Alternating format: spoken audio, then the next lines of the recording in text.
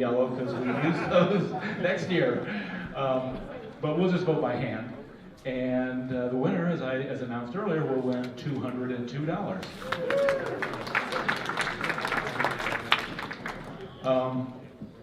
There are 4 competitors who we knew about before tonight, and 2 people from among the contestants have volunteered to take part, so there will be 6 altogether. But before we get to the constraints and the rules, we have about 10 minutes of stand-up comedy, or entertainment, I should say, involving palindromes. And here they are. I'll announce all 4 at once, and then they will come up. And one is Eric Dryblatt. He's a stand-up comedian. He hosted New Orleans House of Blues.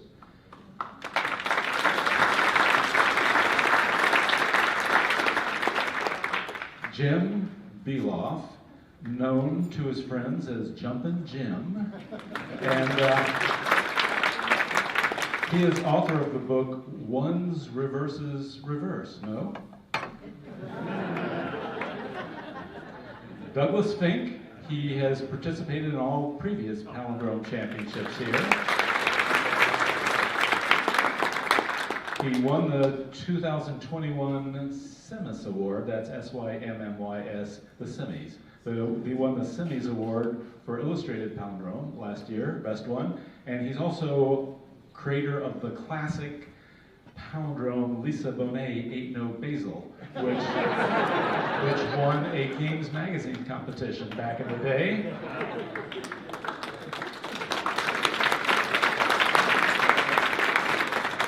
And our 4th entertainer, he's a stand-up comic. He's also founder and editor of the Palindromist, entire magazine devoted to palindromes. All right, Eric, you were first. Come on up.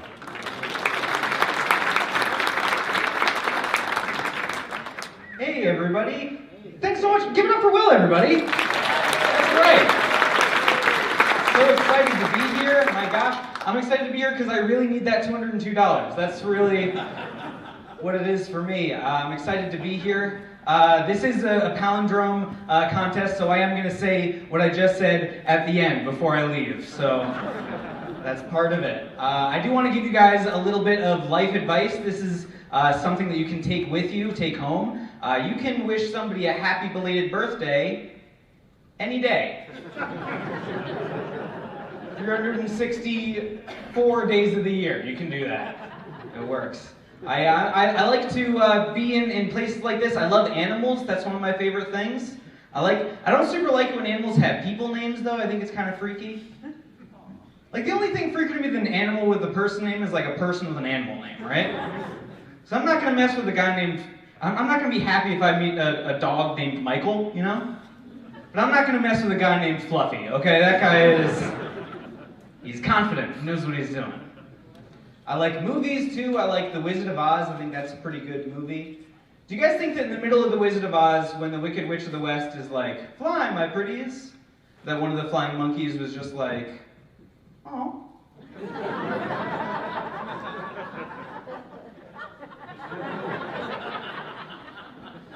Goes, kills Dorothy, one of the other flying monkeys, like, "You know, she says that to everybody."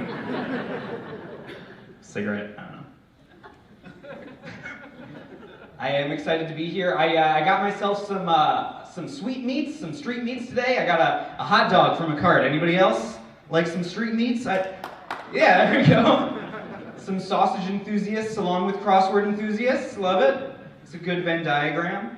It was weird though, because the guy who was giving the hot dog vendor was just saying nonsense to everybody that he gave a hot dog to. He was just saying crazy stuff, and I still wanted a hot dog, because like, that's a good hot dog, you know. If there's somebody who's saying crazy nonsense and there's still a line, I'm gonna get in that line, you know?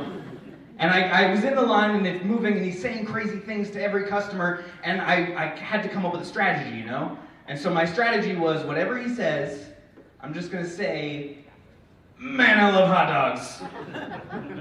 Because it's true and it's safe, right? And the thing is, though, I don't know what is up with my face. I don't know how to take this, because when I got up there, I was the only one he didn't say anything to. He just gave me a hot dog. And I was like, okay, I guess I have, just give me the hot dog face. But I still had all this pent-up energy. I still had all this energy of what I was going to do. So when he gave me the hot dog, I just said, man, I love hot dogs. And then he knew what it was like to have crazy nonsense said at him. I'm Eric Dryblatt. Thank you guys so much.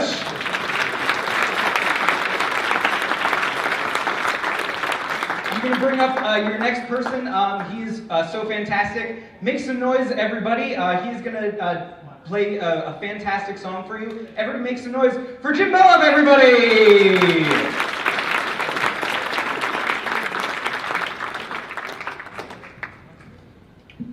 Okay. It's going to be hard to hold that and hold this. So I'm just going to send it out there. My wife and I have an expression that we use. Oh, thank you. You'll hold it? You don't mind? Okay. We have an expression that we've used for a long time when we're in an extraordinarily unique moment. Oftentimes with music, but it can be at a crossword puzzle tournament. And that expression is rare air.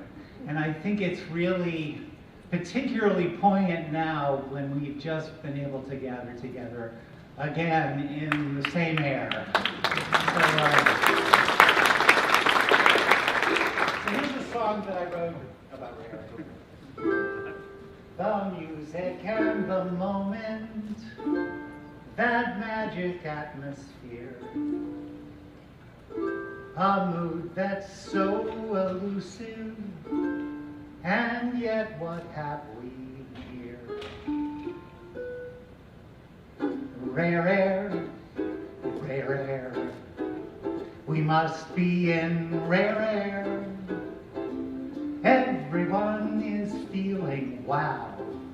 Everything is right now. Rare air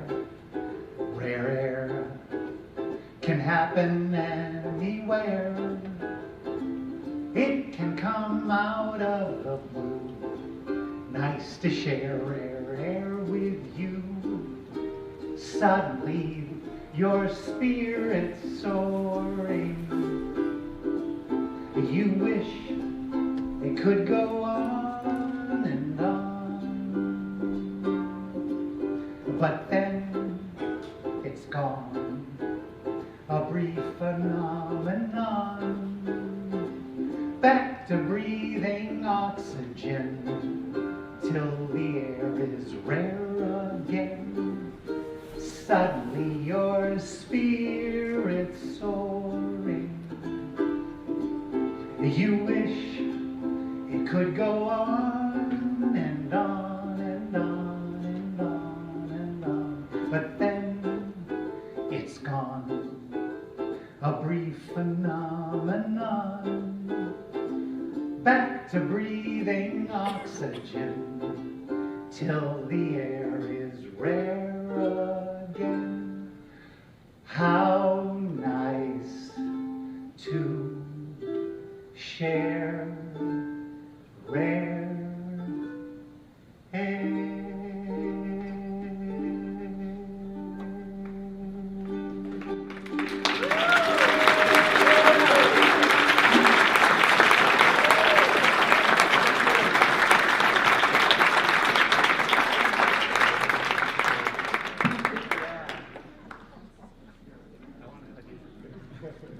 How about a big hand for Jim Beeloff there, huh? I'm really glad you put that mic down. It would have been so awkward. Before I get started, I just want to give thanks. Because I think I've got the best job in the entire world, you know? I get to make fun of everybody. I can insult people to their face. I can drink on the job. I love being a state trooper. Woo! Yeah. Comedy's fun too. Oh, wow, what a crowd. You guys bring back memories of prison. This one guy had his knuckles tattooed where it said love and hate. And I was like, check it out, dude, you can mix them up. Ovulate.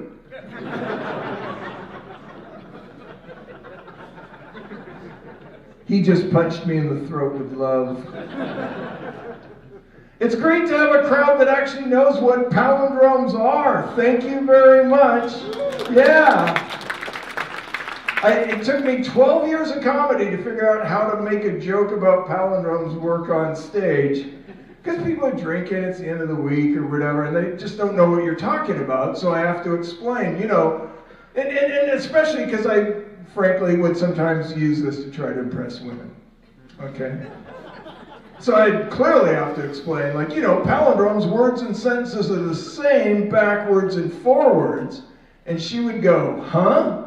And I'd go, yeah, exactly, just like that. So I knew this chick was totally digging me, right? Because I'm really intuitive with ladies, so I started pouring it on. I started throwing down original palindromes that I wrote, like, Yoda's sad, oi. Here's another one. Snub Dumbo Bob, mud buns. At this point, of course, she was putty in my hand. So I moved in for the kill with a racy palindrome. I got up really close, looked her right in the eye and said, "Wary Alpine Zen, I play raw." She just looked right back and said, huh? So that didn't work out very well. So I think I'm on the bill here tonight representing old white men. Because if it's not for me, when else are you ever going to hear what we have to say about things? Huh? No, it's actually cool though. I enjoy getting older. I turned 60 years old this year. And yeah, and I hear people complain about getting old. I love it, man. When I was in my 20s, for example, I was so nervous about everything. Anything new I had to do was just like, ah! And now I'm just like, yeah, whatever, we'll figure it out. I've driven in Manhattan twice in my life. Once when I was 24, it was the most awful experience of my life. Everybody's aggressive, and then I got jammed in one of those jams where the lights keep turning and you're stuck in the same block. And I could have handled that, except there was an ambulance right behind me with the siren going. And I was like, oh my God, there's a lady dying in the ambulance behind me because I can't get out of the way. And I can't get out of the way. Ah! And then I went back last December, after a few decades, and drove in Manhattan again. And it was awesome. It was so fun. It was like playing a video game. And I was winning. I was like, you know, shrugging off taxi drivers, bouncing off potholes. I don't mean to brag. I got a speeding ticket during morning rush hour. $50, and it was worth every penny of it. So, we got some parents here? Any parents? Let's hear anybody applause. Yeah? I think for every parent, your fondest hope is that your kids will do better than you did in life, right? And I had to fail really friggin' hard to make that possible. But it was worth it for my sweeties. So, I was here about 5 years ago. Some of you might remember I was talking about my divorce and my ex-wife. You may have noticed I have a little ring on my finger at this point. So I figured something out in the meantime. I actually live in Vermont now. I married a woman who then became a professor at Middlebury. Yeah. So thank you. Yeah, you can applaud. That's cool. It's weird, you know, and so I had a friend who said, not Eric, but a friend we know, who was like, come on, man, why would a smart, beautiful lady who's like a friggin' professor marry you? And that was a disturbingly good question. So I had to ask her, I was like, why did you marry me, honey? And she was like, well, you know, you have a really intense day at work, and then you come home, and you just want to do something fun and dumb. And there you are. So I guess I'm like the Love Boat reruns of romance. Okay, well, thank you very much, folks. Enjoy the rest of the show tonight. We'll turn it right back over to Will. Thank you, Mark. All right, you've met the four of the contestants, Eric, Jim, Mark, and Douglas Fink. And we have two representatives from the audience. One is Lisa Bunker. She is a New York Times crossword contributor, and she's the creator and editor of Crucinova, crossword puzzle site. So Lisa, come up.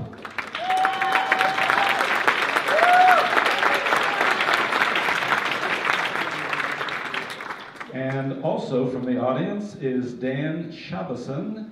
He is from Larchmont, New York, and he's a high school Spanish teacher. Come on up.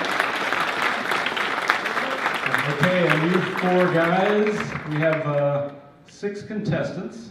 Come on up, I'll give you the 3 constraints. And I'd suggest you go to the lower level. We'll know where you are, so when it will be about an hour. It's hard to say precisely, it's whenever the rest of the program is finished. But here are your 3 constraints, and you can use any one of these or multiple ones. First, write a palindrome that contains a Q, but no U.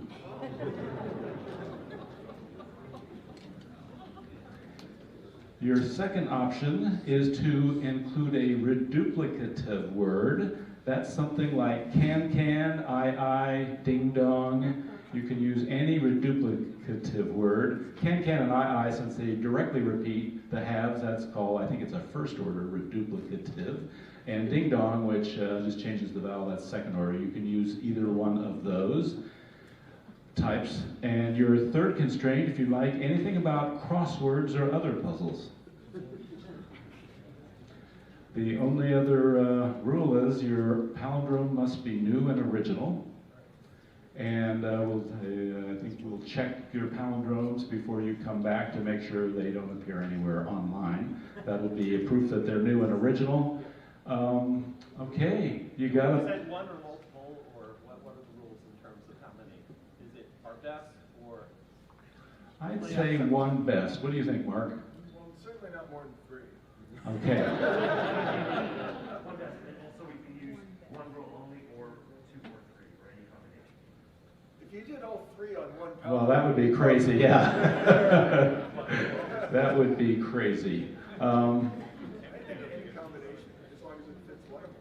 Well, sure. But it's going to be hard enough to follow any one of these rules, so don't try to do multiple ones. I think maybe you surprise us. And as far as the number of palindromes, 1 or 3, I'd say. Pick one. Yeah, do your best. okay, pick one. Pick one, and you can use your others later. We'll tell them for everyone's entertainment. Okay, for your best, we'll have six palindromes. We'll take a vote. So good luck, guys. Head off, and we'll come get you in about an hour when the rest of the program's over.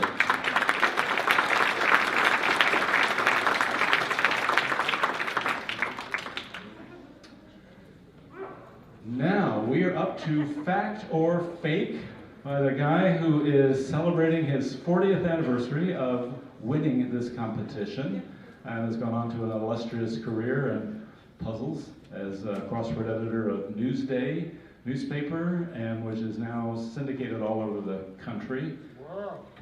Yes, and author of innumerable puzzle books, and is an expert on trivia. He's written the Trivia Lovers Encyclopedia. 15,003 answers, the ultimate trivia encyclopedia. You all heard that. 15,003 answers, the ultimate guide to trivia.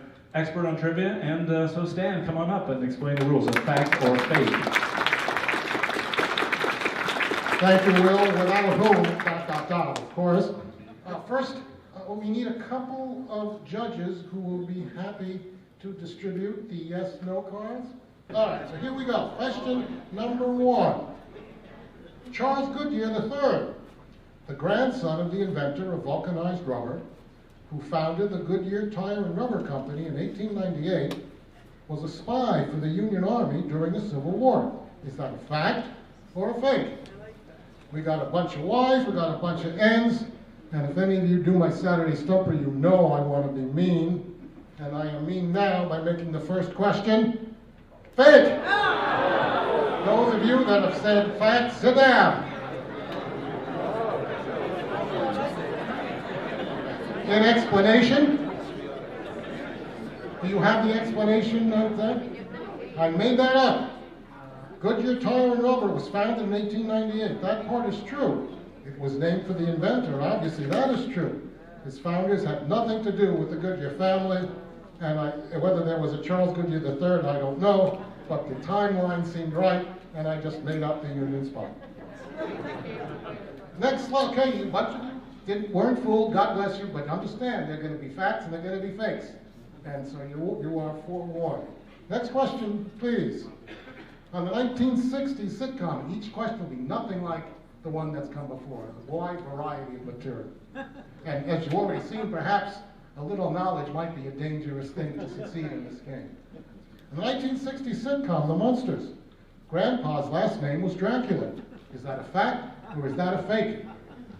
We got some Y's, we got some N's. That is a fact. You said fake, sit down. Next. On the sitcom The Munsters, there he is, Al Lewis, God bless him. His full name was Vladimir, a.k.a. Sam Dracula, Count of Transylvania. Let's move on. TV host Dick Clark of American Bandstand fame once recorded a song himself using the pseudonym Stan Newman. Is that a fact? Stand up. Or fake, those of you left. This is the most remarkable question of all because it is a fact. If you said no, sit down. Some of you may recall, I was on a game show in 1990, hosted by Dick Clark. There's a photo to prove it. During the first commercial break on my first show, Dick Clark came up to me and said, around 1960, for the Cameo label, he recorded a rap-style song called Jenkins Band using the pseudonym Stan Newman. How extraordinary a coincidence was that? A few years later, I found a copy of the record on Nostalgia website. Next slide, please. There it be. Jenkins Band.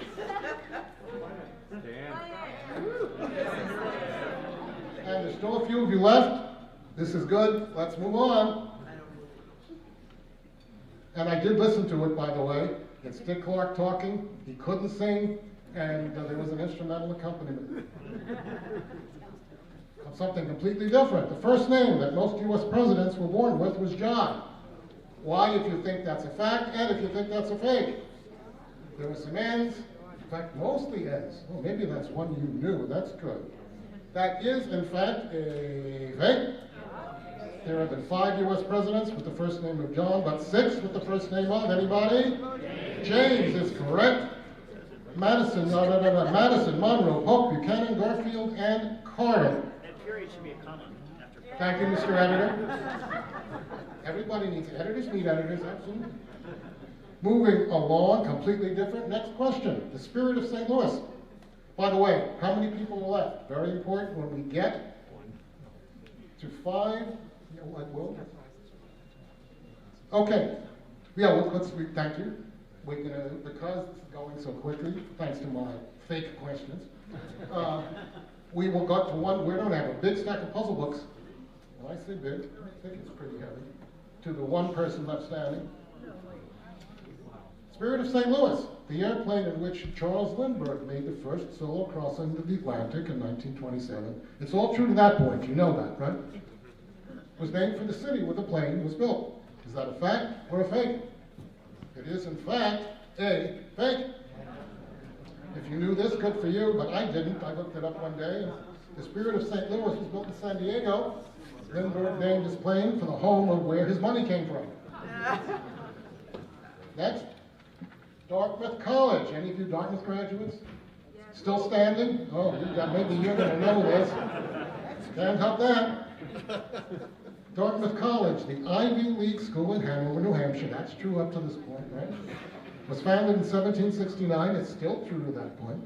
Especially to educate Native Americans. Is that a fact or a fake? That is a good for you. That is a fact. The Royal Charter for Dartmouth states it was founded, and I quote, for the education and instruction of youth of the Indian tribes in this land. Now for something completely different, and yes, I'm a Monty Python fan. The face of Humphrey Bogart could once be seen on labels of baby food jars. Fact or fake? There are some Y's, there are some N's. That is a fact. Bogart's mother was named Maud Humphrey. She was a commercial artist, and her drawings of baby Humphrey appeared on labels of Mellon's baby food, long gone. I couldn't find a photo of Mellon's, but there's a photo of a Maud Humphrey baby drawing. Who's left? How many people are left? 1, 2, just 2, 3, 4. Okay. Next, sort of movies. John Wayne. You all know John Wayne, even the youngsters, right? Based his Western film persona on Wyatt Earp, whom he spent time with early in his career. Is that a fact or a fake? That is a fake fact.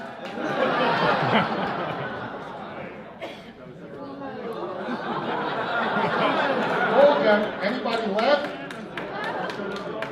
Yes, that's right. I was ready for that. Stand back up. You're all eliminated. We can't have that. In the late 20s, Wyatt Earp frequented the Western sets of director John Ford, a giant in the industry, if you haven't heard of him, where he befriended prop boy Marion Morrison, who had not yet changed his name to John Wayne. Wayne later credited his walk, talk, and persona to Earp, and I quote, "Earp was the man who had actually done the things in his life that I was trying to do in a movie." Next. Congratulations to 4 of you that remain. Next. FBI Director J. Edgar Hoover never ordered an investigation into the Watergate break-in. Is that a fact or a fake? We got a Y and a Y and a Y and an N. We have a winner. Do we? No, it's a fact. You know this by now, right? You can't trust me. What happened? Yes, the FBI did in fact investigate the Watergate break-in. Took place on June 17, 1972, but Hoover had passed away 6 weeks earlier on May 2nd. Gotcha. Didn't I? Of course I will. Next, the company that owns the URL fruit.com is owned by Warren Buffett's Berkshire Hathaway and doesn't sell anything edible. Is that a fact or a fake? That is a yes, and a yes, and a yes. And what are you back there? It is a fact. Fruit.com is owned by Fruit of the Loom, which in fact Warren Buffett owns. Moving right along, history. Charles Mason and Jeremiah Dixon, who in the 1760s surveyed the colonial borderline named for them, had previously earned their living as astronomers. Is that a fact or a fake?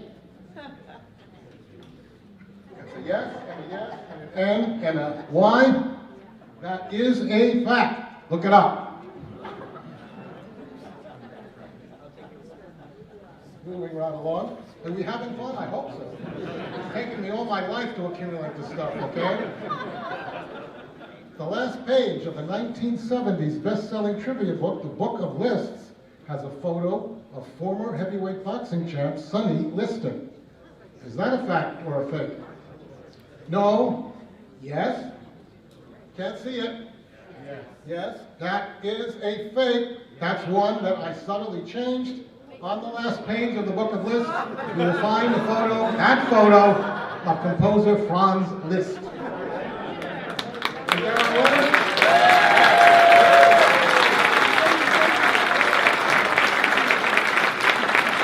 So everyone, it is my pleasure to present you with a relatively heavy stack of my puzzle books, courtesy of Sterling Publishing. I mean, there's over 1,000 puzzles in here. At least, somebody pass it to this good gentleman. Thank you. We have time for one more. And I've got more puzzle books, and no matter what, somebody's going to get them because I can't take them home. Yes, sir. Is there any coincidence between it being a book of lists and having lists in it? It was deliberate. The authors had a sense of humor, that's all. Going on along, completely different. Next. Everybody stand up. John. All back in it. Get ready. Will, you were quite right. This is moving very fast. And I had to have a lot of questions, and I do got plenty. Actor Gary Burkhoff. That name not familiar to you? He did, in fact, play Corporal Rado O'Reilly in the film MASH and a sitcom of the same name. He originated the title role of the musical You're a Good Man, Charlie Brown. Is that a fact or a fake? That is a fact. Want to see the proof? Here it is. Gary Burkhoff with the tilted baseball hat. Next. The music played by Big Ben every 15 minutes at London's Parliament building. Did you ever wonder where that came from? I did one day, and I looked it up. That's where this comes from. Maybe. It's an excerpt from Handel's Messiah. Hallelujah. A lot of no's. Sorry, that is a fact. It's not the Hallelujah chorus. Sorry, I did that to begin. It is, in fact, from the movement entitled, I Know That My Redeemer Liveth. Not quite the Messiah, not quite the Hallelujah chorus, but there you are. Who's left? Not many. Okay, we got a couple of dozen. Next, the city of Daytona Beach, Florida, was named for the hometown of its founders, Dayton, Ohio. Is that a fact or a fake? We got some Y's, we got some N's, that's good. So a bunch of you are going to sit down because it is a fake. I looked that up one day out of curiosity. And so there's the explanation. Dayton, Ohio was named for Jonathan Dayton, a Revolutionary War officer. Daytona Beach was named for an early settler of the area named Matthias Day. Next. One from my favorite movie, by the way, if any of you cares to know. In early drafts of the screenplay, Back to the Future, the time machine was not a DeLorean. That is a fact. All right? But what about the rest of it? It was what was, in fact, a stationary bicycle. Is that a fact or a fake? We got some Y's, we got some N's. The ones who have to sit down are the ones that said yes. Those of you who watched your DVDs, it was a refrigerator. There were all sorts of reasons that didn't make it to the movie. Let's not discuss that any further. We've got how many left? Still about less than 10? Okay. World War II General George S. Patton, First Lady Abigail S. Adams, and author Pearl S. Buck all have the middle name of Smith. Fact or fake? No, a no, a yes, a no, a yes. No, no.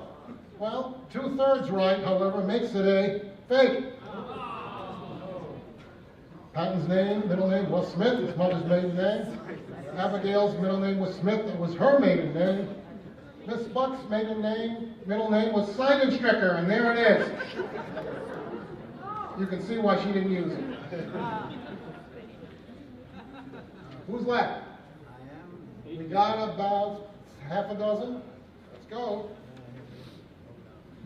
Dorothy of Kansas and Captain Kirk of Starfleet in the same film?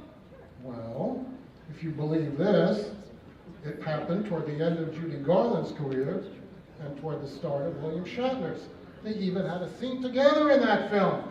Am I making that up or not? Yes or no? Is it a fact? Yes, yes, no, yes. Well, be surprised, those of you that said no, and behold. Fact.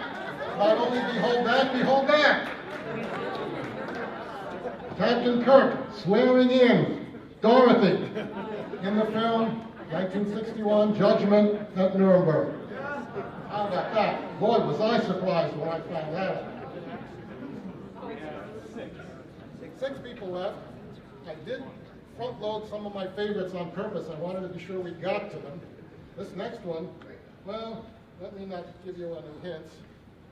Beeswax, well, not quite. Beeswax is commonly placed on thread to stiffen it for hand sewing. That sounds rather boring, doesn't it? Well, yes, yes, yes, yes, yes, no. Well, that in fact is a fact. And because we're running out of time, I'm going to go off the order and don't look at this. I specifically wrote that question so I could read you this question, which is out of order. If you take the letters of the phrase sewing trivia and rearrange them, you will get the full name of a European nation, fact or fake. Yes, if you rearrange the letters in the words sewing trivia, you will get the full name of a European nation. No writing down, fact or fake. We got a Y, we got an N, we got, well, it's almost true, but not exactly. It is a fake. The letters in sewing trivia can be rearranged to spell West Virginia. A discovery I made one day and just had to use somehow, and there it was. Who's left? 1, 2, 3, 4. All right, I may reserve the right to go out of order because this is going to be about it, isn't it? We're okay. Keep going. All right. Next, one person. Aston Martin, James Bond's car, right? You've all heard of that. Didn't you ever wonder what it was named for? Well, I did, and I looked it up. One person founded the British car company Aston Martin, a Britisher named William Aston Martin. Is that a fact or a fake? You got a Y, can't see it. That's an N, and an N. What's back there? We have one left there. It's a Y. I can't see it. That is, sorry, a fake. Two people did found Aston Martin, Lionel Martin and William Banford. The name Aston came from the place in Buckinghamshire, didn't I say that right? Where Martin raced cars. So who's left? She's over here. Absolutely. Yes.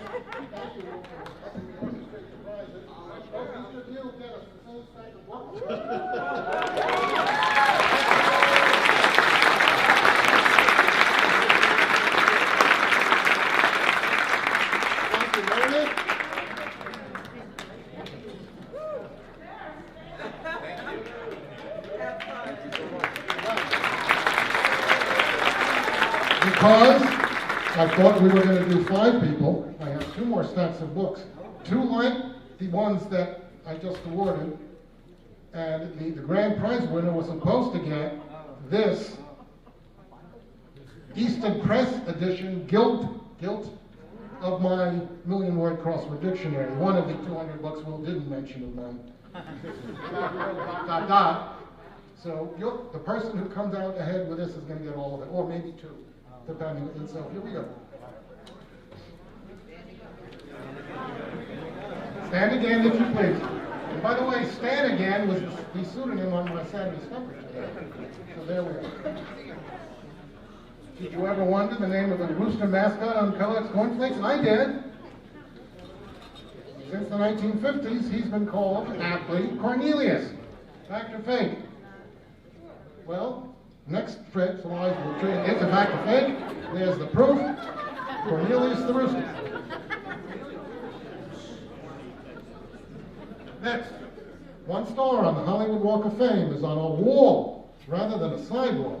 You're going to believe that? Wes says it knows. Well, in fact, you should. That is a fact. There it is. In 2002, Muhammad Ali was honored with a star. For the first time, the star was not placed on the sidewalk, but on a wall of the Kodak Theater on Hollywood Boulevard. During the ceremony, Ali said he didn't want people who didn't respect him to step on his name. All of you that said no, sit down. Too many of you, well, think about this. The Great Dane is the national dog of Denmark. Of course, right? Well, all right, maybe that was too easy. That is, in fact, fake. The national dog of Germany, which is why they changed the name of German sausage during World War I. Around the time of the Franco-Prussian War, there was friction between Germany and other countries, so they renamed the German Mastiff the Great Dane for marketing purposes. There we are. Now, how about this? A cover of Ms. magazine once had a misspelling of the word feminism. That couldn't have happened, could it? Well, it did. There it is. Behold, feminism with an extra I. Or else could I have used this except for a game just like this? You can find your own copy and print it out and have fun after this game is over. Tom Hanks, we all know who he is. He's acted in 5 films directed by Ron Howard, that is true. Hanks first met Howard as a guest star in Happy Days. Is that true or false? We've got a bunch of Y's, we've got a bunch of N's. I'm so glad. A bunch of you are going to sit down because I'm a technical, and that is a fact. Here's a photo of the Fonz with the young Tom Hanks on Happy Days. All right, moving right along. Back to cereal. In the year 2000, General Mills offered a limited edition of Cheerios called Millennials, which had 2s in addition to 0s. So 2000 could be spelled out with the cereal. Mr. Favorite Cereal Alphabets might know this, I don't know. Is that true or not? Some yeses, some nos. A bunch of nos. Got to sit down because that really happened. And there's the picture. Did you know this, Will? Oh, there we are. Next. We've got about a dozen or more. Okay. Mercury is the only element that is liquid at room temperature. Yes or no? Fact or fake? Yes? Yes. No. A few no's. Yeses. Just because you've never heard of another element, that doesn't mean there isn't one, does it? Well, that's fake. Though your chemistry majors or trivia real nuts are going to know that bromine is not a metal, but it is a liquid at room temperature. How many go left? 12 or so. Here's a weird one. Most of you from puzzles, and those of you who are into fiction, know who Edgar Lee Masters is. Spoon River Anthology, a much honored author. Before becoming a famous writer, was he the law partner of famed attorney Clarence Darrow? Shh. Maybe he was, and maybe he wasn't, okay?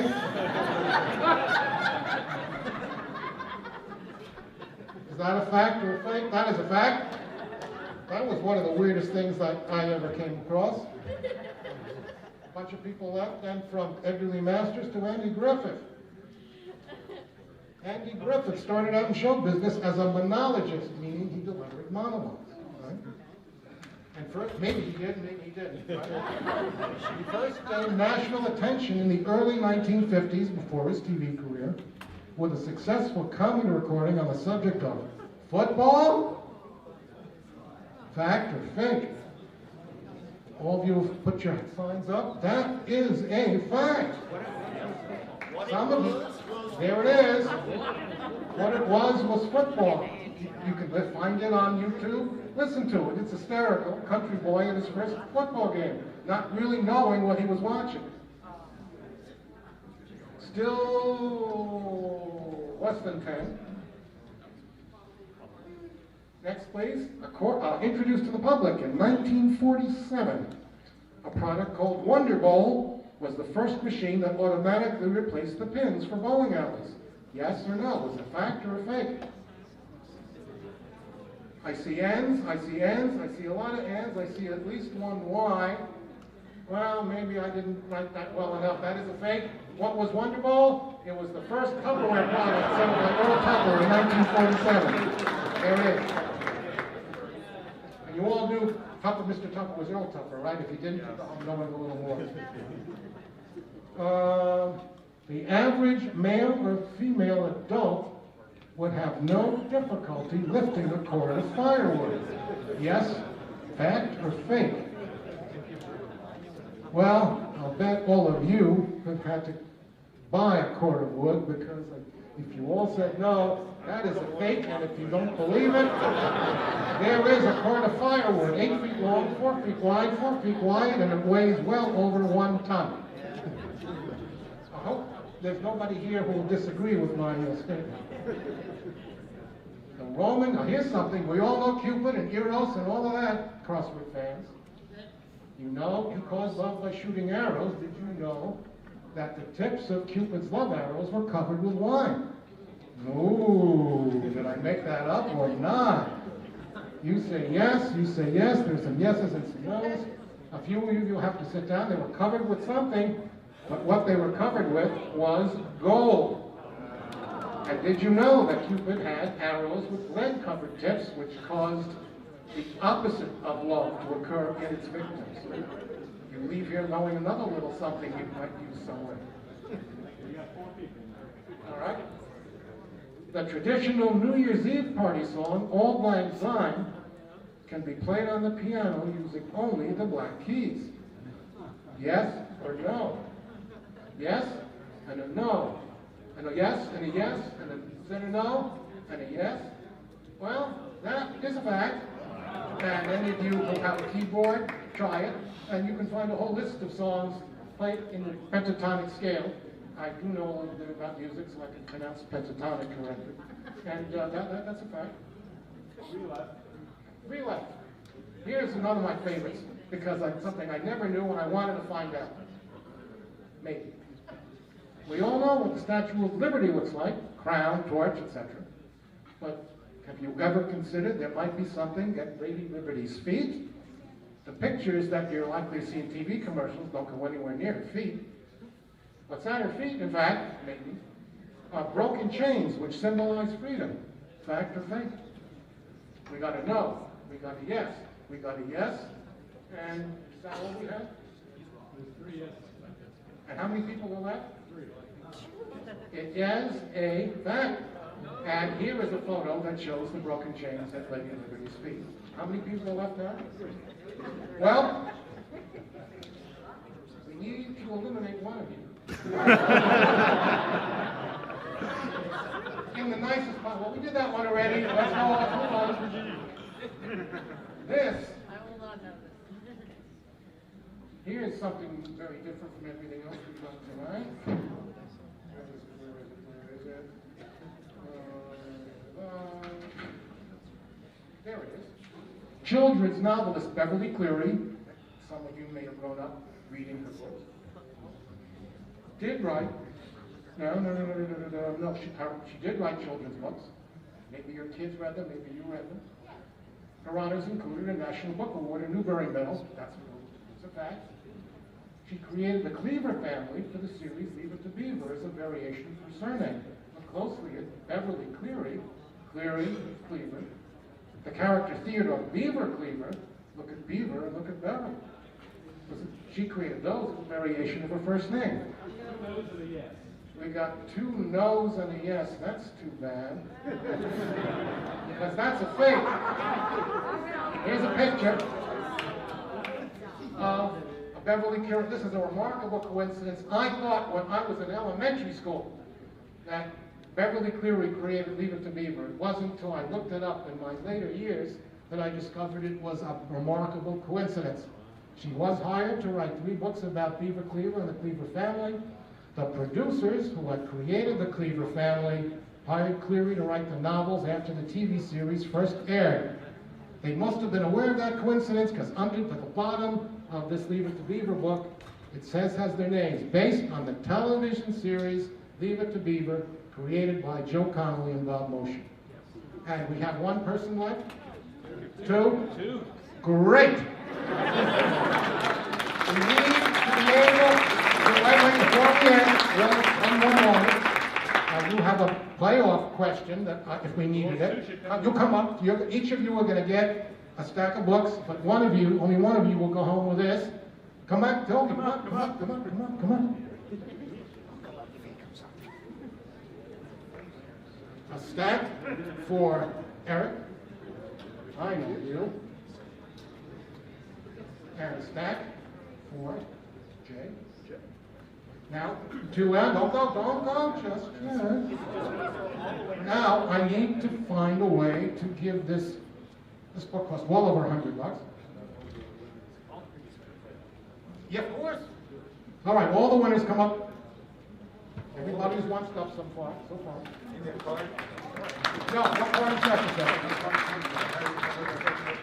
Trust me, it's not a yes/no question, that's why. I needed something that could have broken the tie if it were needed. And I have it at the bottom. You know, can you find it? No, but that's the question and not the answer, right? You should be careful before you show it. Give it a moment. This is going to be the playoff question. What require yes or no? Will not. Tiebreaker. Well done, Chad. Okay, you sure? Okay, let it rip. What is the record for the most consecutive wins by a professional sports team? You want the number. Each of you, I'll give you just a few seconds. You're going to say out loud. I'm going to write them down, unless somebody else will. All right, we all know the professional sports team. We all know what a consecutive win streak is. There is a record for the most consecutive wins by a professional sports team. Well, no, you say it out loud, and someone trying to get down. Easy trying to get down. Is it closest without going over? 80. Says 80. 28. Jay says 28. Is it closest without going over? Ken says. Oh, so the question is it closest without going over, or just closest? Just close. Just closest. Who's not the prices, right? Seth, thank you. 18. Seth says 18. Eric says 33. 33. And finally, Meredith says 41. 41. And Boy, are you going and the answer is the winner is the person who gave the highest number. Who said the highest number? 80.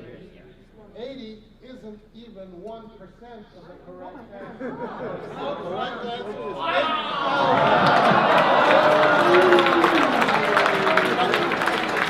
29. The Harlem Globetrotters are undefeated for 24 straight years.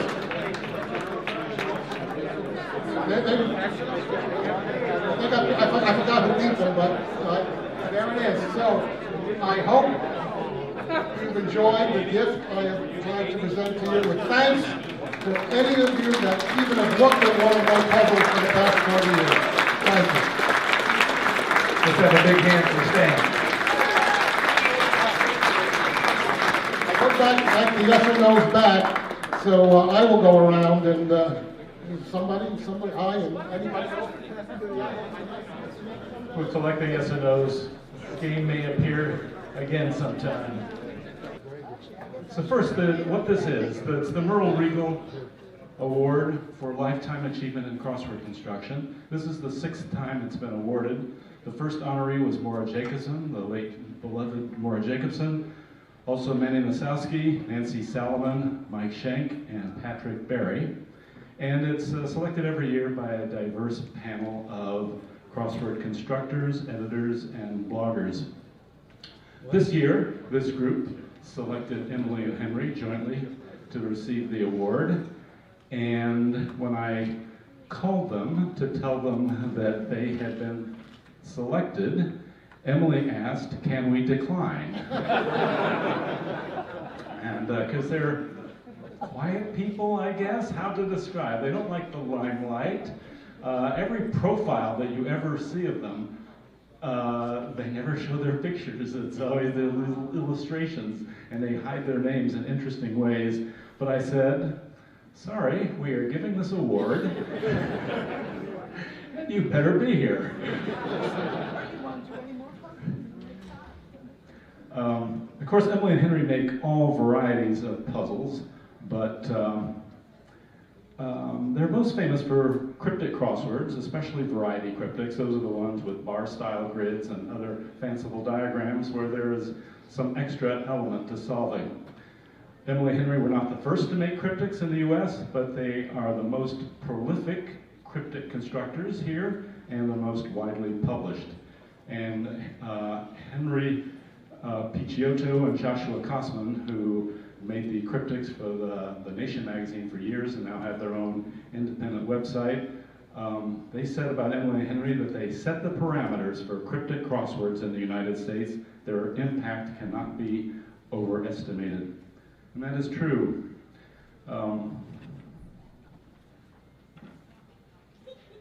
Emily and Henry met at Tufts University in the 1960s, Tufts being in Medford, Massachusetts. Henry majored in English. Emily studied electrical engineering. They both loved wordplay, so I'm imagining it was an instant match. If it's not, you okay? Henry says yes. They constructed their first puzzle together in 1976 as a gift for Henry's father, who was a puzzle and game guy. It was a success, and Henry said, well, that was fun. What if we made it for a magazine and they paid us for it? Well, I don't know if you remember, Harper's Magazine had started a cryptic crossword in 1976 by Richard Maltby, so Emily and Henry pitched their idea to the Atlantic, and their first cryptic appeared there in September 1977. And their cryptics in the Atlantic had many fanciful diagrams, as you'll see from the front of this collection, great collection of Atlantic monthly puzzles. They have star diagrams and just about every twist of wordplay you can imagine. Besides the themes of their puzzles, they're brilliant clue writers. I'll give you 3 examples. One is, the answer is free agent, and their clue was contract seeker after Gene Wilder, 4-5. Well, it reads so naturally, contract seeker after Gene Wilder. A contract seeker is a free agent, and Wilder is your anagram indicator for after Gene.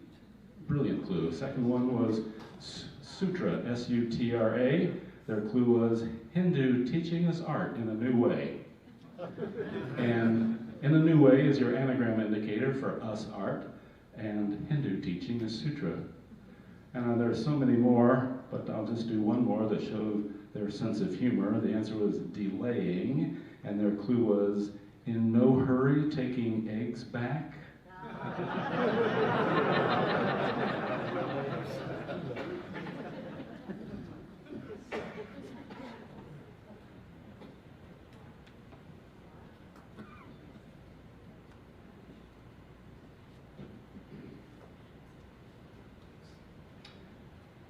The Atlantic Puzzler ran monthly from 1977 to 2006 and then continued online until 2009. Their puzzles cryptics appeared weekly in Canada's National Post newspaper for years and years. The Progressive magazine, Games magazine, now appear monthly in the Wall Street Journal.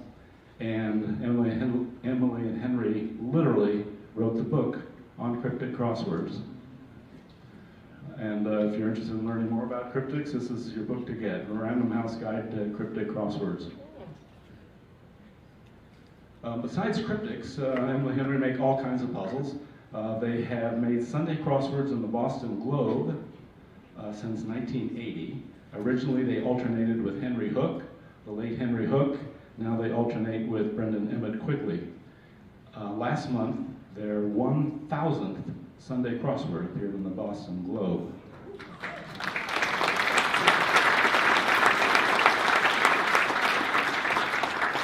Of course, they also make bi-weekly acrostics for the New York Times Magazine.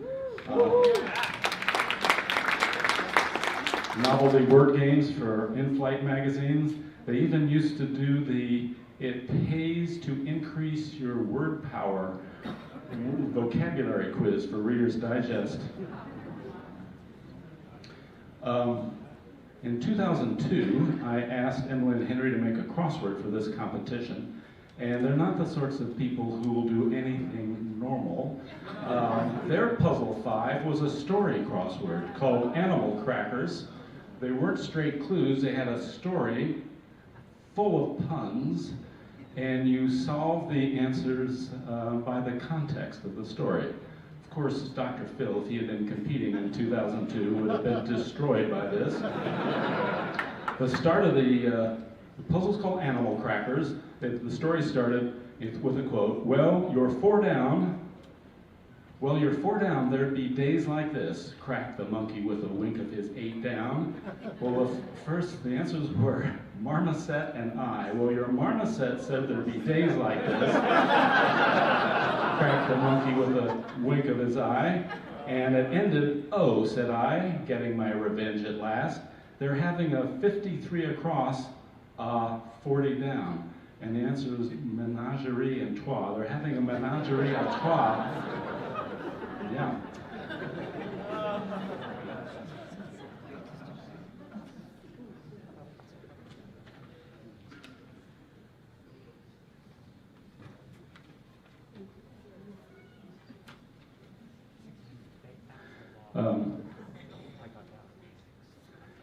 Yeah, they live in Lemoyne, Pennsylvania.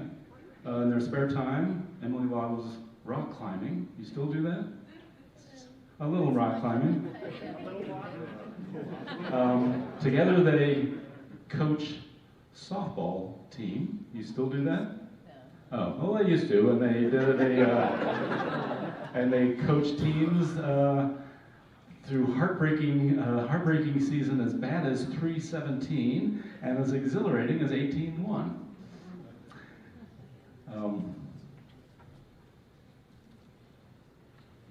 Something you may not know about Henry is that he's a composer, and he composed a play, he wrote a play, Trapezium. It premiered at the Orlando UCF Shakespeare Festival in 2005, and was also performed in West Hartford, Connecticut in 2010.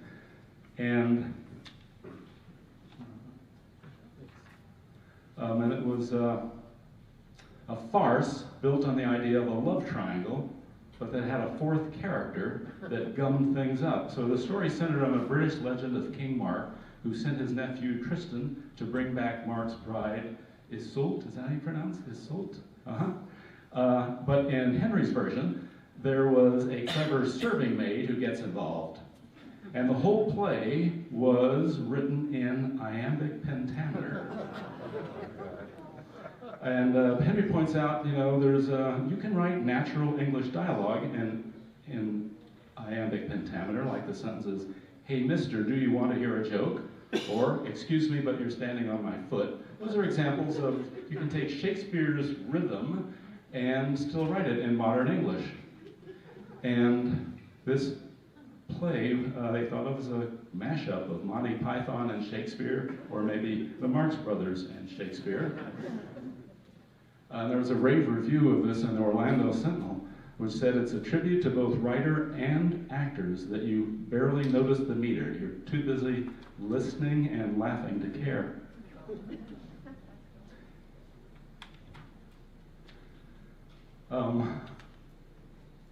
Emily and Henry and I have been friends since 1978, when they were just within the first year. They're making puzzles for the Atlantic, which I liked a lot, and so I wrote them and asked them if they would come to the National Puzzlers League convention that summer. They politely declined, but eventually they joined, and they have the nom de plume. Everyone in the league has a nom de plume. They chose the nom Hex, H-E-X, H for Henry, E for Emily, and the X, I'm not sure. It's either for X word, maybe it's for mystery, unknown. They're just leaving it up, it's for your interpretation. They visited me, I used to live in Stanford. They visited me here in 1979 and with my old friends Doug and Janice Heller. Once I went to Boston for a table tennis tournament, and they invited me to stay overnight. And Henry wrote one of you guys wrote what I think is one of the all-time greatest paragraphs in a letter. They said, "We are looking forward eagerly to your visit and all the puzzle talk it will arouse.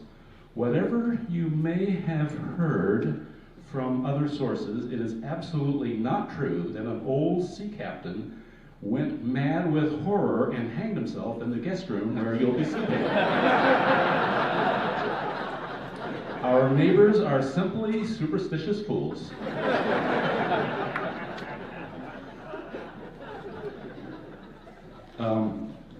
Emily and Henry used to, they included silly cartoons with their letters. Do you guys remember this? It says, what's this? A sort of yawl with a hook on the front. 6. I don't know, I'll just tell you the answer. The answer is sketch. The whole thing is a sketch. That's what this is. And it's a catch with that hook on the front in the shape of an S. I used to do these little doodles. Which one of you drew this? Yeah, that was Henry. Yeah. In 1981, Games Magazine, where I worked, was starting. They were starting bi-monthly publication, and they were also starting a new magazine called the 4-Star Puzzler. And I edited it for the first year, but it was, since Games was going monthly, I couldn't keep editing it. So I twisted their arms, Emily and Henry, and they came to New York and edited the 4-Star Puzzler for a little over a year. Fantastic publication, full of great puzzles and wit. And they did a fantastic job. We still work together for the New York Times, of course. When when Thomas Middleton retired in the late 90s, they started the acrostics. They still make cryptic crosswords for the Times. And I want to show you the manuscript for the most recent cryptic they had on the paper. It was from March 20.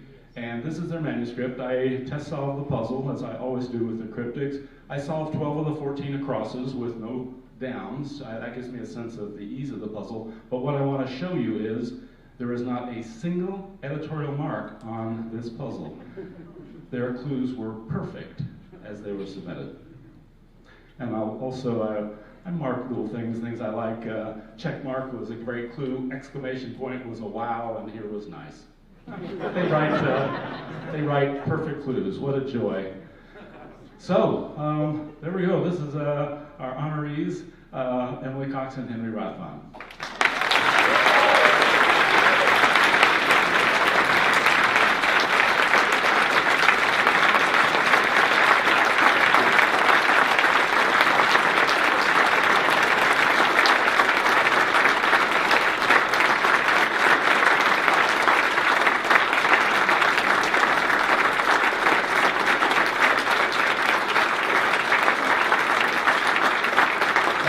And here to present the award is Merle Riggle's Dear Love, Marie Haley.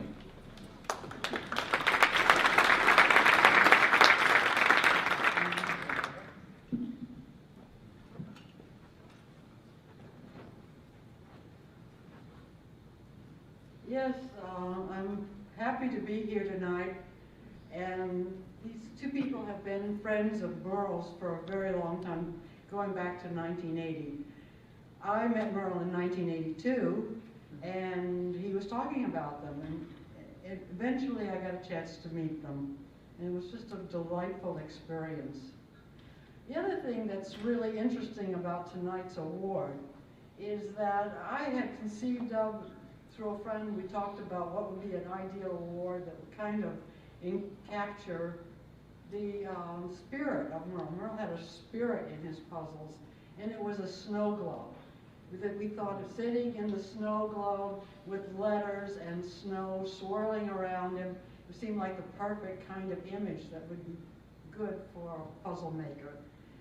Well, this went along very well for 5 years. And then this year, the snow globe maker said, nope, not going to do it anymore. And this was like 2 months before this event. And I called people that were snow globe makers, and there was just no way to get a snow globe that was a personal snow globe in the last 2 months. So I had to go back and think, now what would be as delightful possibly as a snow globe? And I thought, okay, there was a man who did Merle and he met in Arizona at a book festival. And this man is really extraordinarily gifted as an artist. His name is Jim Borgman. He is won the Pulitzer Prize for political cartooning, and he's been doing cartooning like this probably since he was 10 years old. When we put out our 100th anniversary crossword puzzle book, we said, who could illustrate it? It has to be a special book. And Merle said, well, what do you think about Jim Borgman? I said, absolutely. He's the perfect person. I know what his work is like. And we decided to call him up. We said, well, whatever you want to charge, we'll pay it.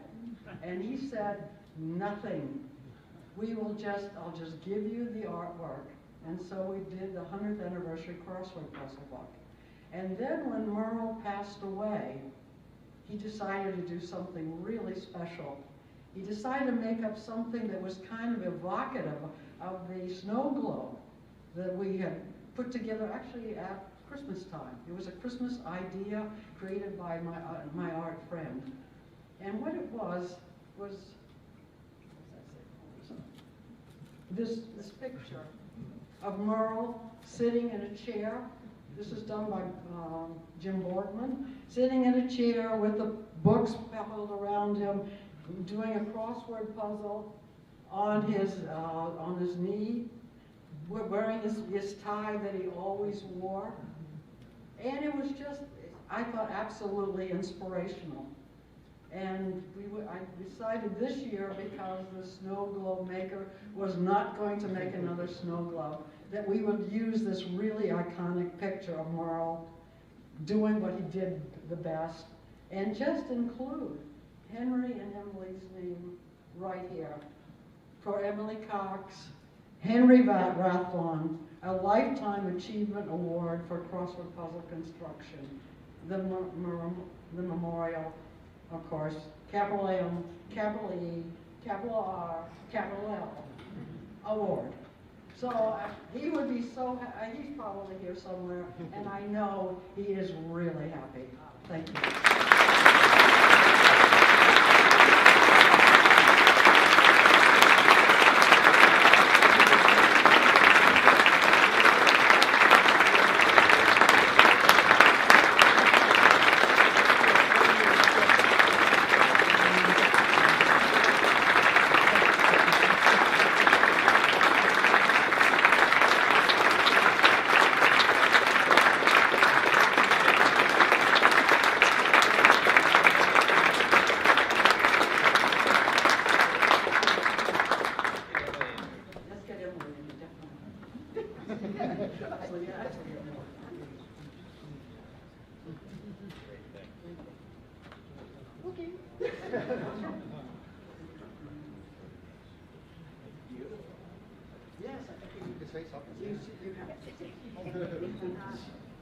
We are tremendously honored. I was going to say that I really wish we did not receive this award. And not just for the reasons that Will intimated earlier, but because we wish there were no Merle Award, because we would so much rather have Merle here with us. So, Merle, wish you were here, guy.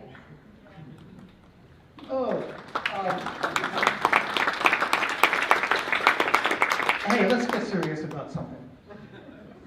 None of this is possible without Will Shorts. I'm going to deflect all of this.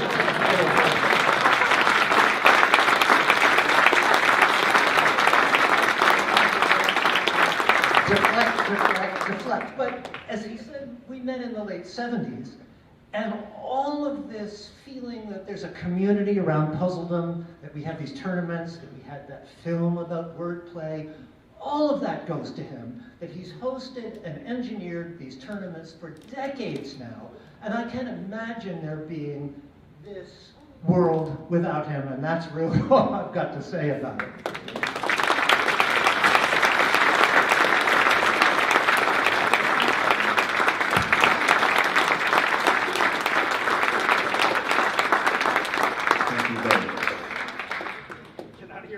You can sit down now. Okay, well that was heartwarming, and it's weird to follow that with the palindrome fight. But would somebody, like an official near the door, go downstairs and bring up our palindromist or palindromist, however you want to say. Brendan, would you run downstairs And bring our 6 Palindrome competitors up. Tell them it's time. I'll read the Palindromes, okay. First we'll go through them all once, and then you decide which is your favorite. We'll have applause. You'll applaud lightly for the good ones, louder for the better ones, and then really loud for your favorite. And we'll use the applaudometer to pick a winner. Here we go. Dan Shabason, right? Says, this was based on has to be something puzzle related. Has Wordle held Rose? Ah. Wow. First palindrome ever done. Or to be a kind of crazy haiku as well. I think it has too many syllables, but. All right, that was number 1. Number 2 is from Lisa Bunker. Amel base not an easing drat. A Qatar denizen atones ably, ma. Not bad.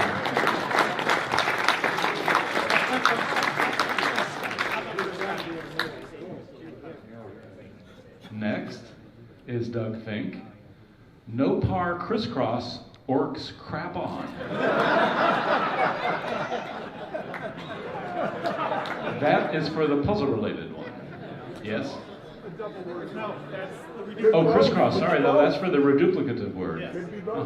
No par crisscross, orcs crap on. And there is a puzzle called crisscross, so it's a double. I'll take both. You'll take both, yeah.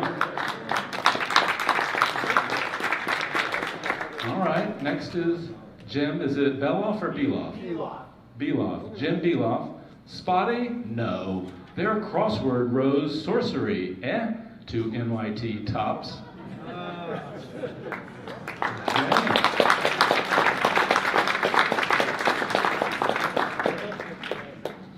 Next, from Mark Saltfight. Ah, come in. No boob, a teepee taboo, Bonnie. Mocha?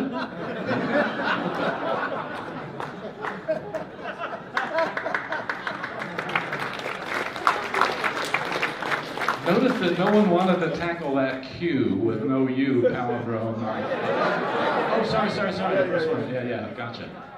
Okay, and I think this is the last one. Eric Dryblatt. Wonder if I saw Bubba on Mom. No hubbub. Was I fired now?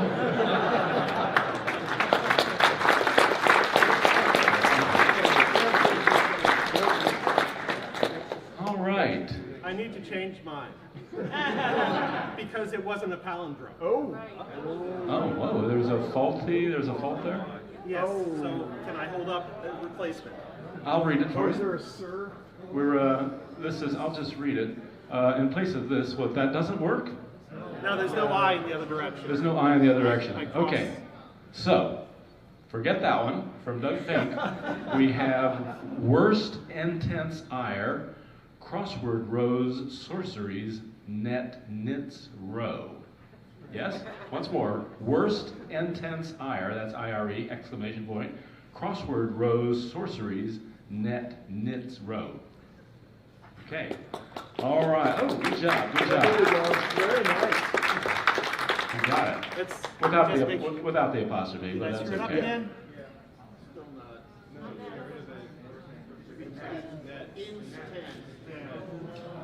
Net.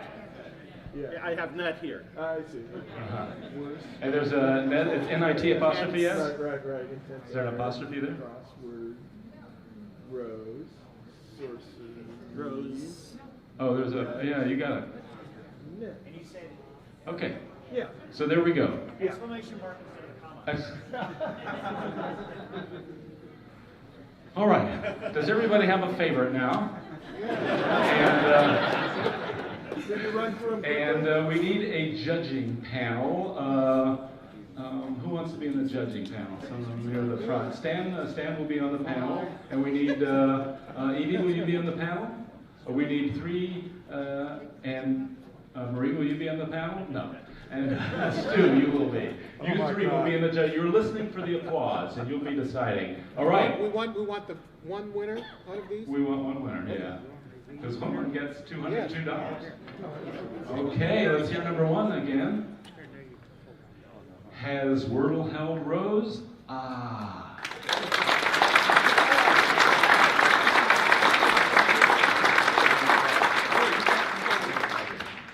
All right, next one, Lisa Bunker. Amel base, not an ezine, drat. A Qatar denizen atones ably, ma.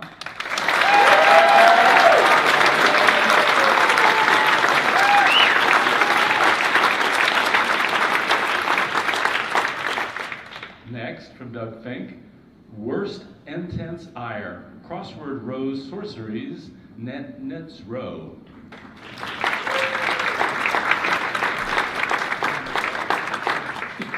Number 4, from Jim Beloff. Spotty? No. Their crossword rose sorcery. To NYT tops.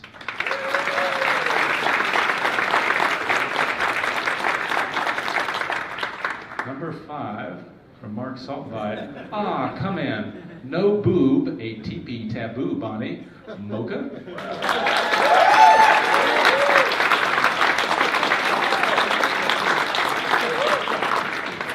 And finally, from Eric Dryblatt. Wonder if I saw Bubba on Mom? No hubbub. Was I fired now?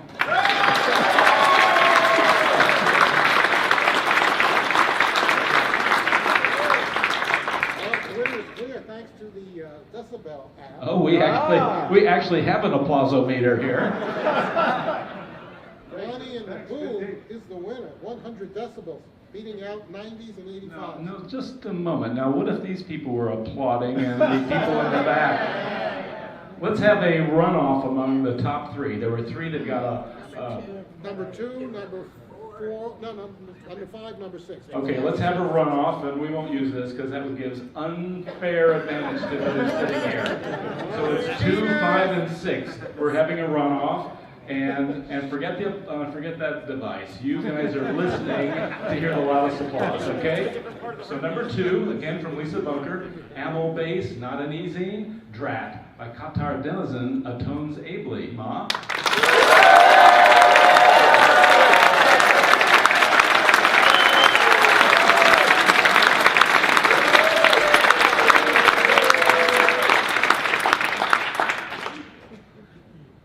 I'm not sure what you're saying. Number 5. Ah, come in. No boob, a teepee taboo, Bonnie. Mocha?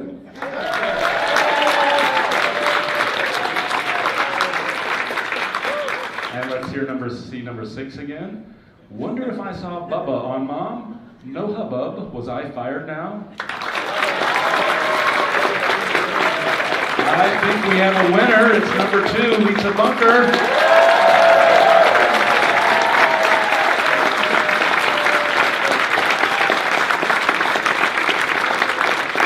Present your prize tomorrow. Congratulations. I've been spelling things backwards compulsively since I was 10. Finally paid off. Fantastic. That was a great night. That was so much fun. Everybody, thank you for coming. Congratulations to you guys. And don't forget, first round tomorrow, 9 o'clock. See you then.